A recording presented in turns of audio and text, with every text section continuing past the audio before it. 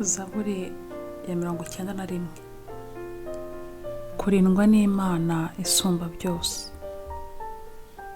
Umuntu uba mu bwihisho bw'isumba byose aryama arinzwe n'Imana nyir'ububasha.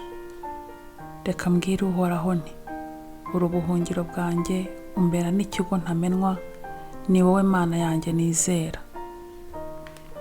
Koko niyo izakurinda umutego umwanza gutega, ikurinde n'icyorezo gitsemba abantu. Uzayihungiraho ikurinde, ikubundikire nk'uko inkoko ibundikira imishwi yayo.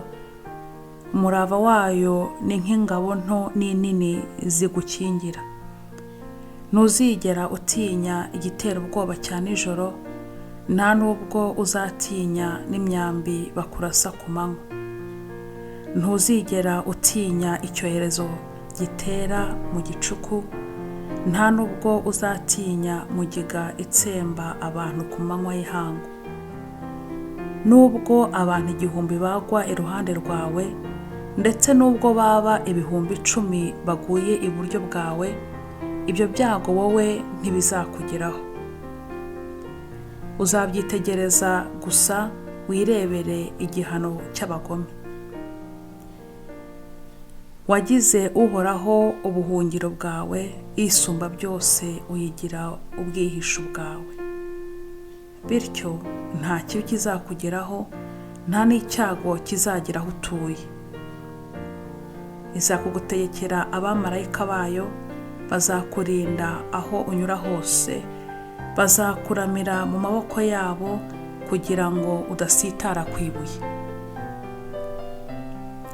Uzakandagira intare n'inshira, we kugira icyuba, uzaribata icyana cy'intare n'ikiyoka, bye kugira icyo bigutwara.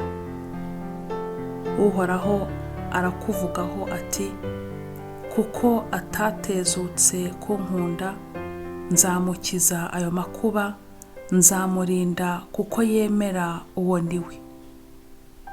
Nantabaza nzamutabara, nagira amakuba sinzamutererana, nzamukiza akaga muhesha icyubahiro.